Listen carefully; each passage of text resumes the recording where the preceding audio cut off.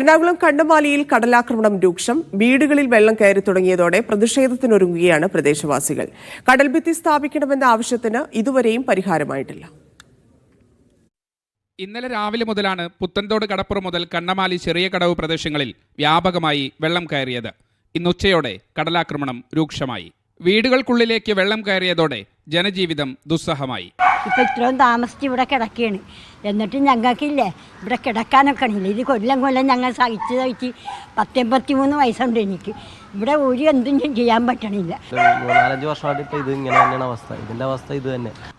എൻ്റെ മാത്രമല്ല, ഈ പരിസരവാസികൾ മൊത്തം ഉള്ള ദുരിതമാണിത്. ഇത്ര നാള് കഷ്ടപ്പെട്ടിട്ട് ഇവർക്കൊക്കെ ഇത് കാണാൻ പാടില്ലേ? ഒരുപാട് സങ്കടം. മഴക്കാലത്ത് ഒരുക്കേണ്ട താൽക്കാലിക സുരക്ഷാ സംവിധാനം പോലും ഇത്തവണ ഒരുക്കാത്തതാണ് ദുരിതം ഇരട്ടിയാകാൻ കാരണമെന്നാണ് നാട്ടുകാർ ചൂണ്ടിക്കാട്ടുന്നത്. പാതിവഴിയിൽ നിലച്ച കടൽഭിത്തി നിർമ്മാണം പൂർത്തിയാക്കണമെന്ന ചെല്ലാനം നിവാസികളുടെ ആവശ്യവും ഇതുവരെ തീരുമാനമായിട്ടില്ല. കറുത്ത വാവായതിനാൽ 8 ദിവസത്തോളം കടൽ കരയിലേക്ക് കയറും. വരും ദിവസങ്ങളിൽ സാഹചര്യം കൂടുതൽ രൂക്ഷമാകാനും സാധ്യതയുണ്ട്. ഇനിയും പരിഹാരമായില്ലെങ്കിൽ വലിയ പ്രതിഷേധത്തിലേക്ക് പോകാനാണ് പ്രദേശവാസികളുടെ തീരുമാനം. മീഡിയ 1 കൊച്ചി.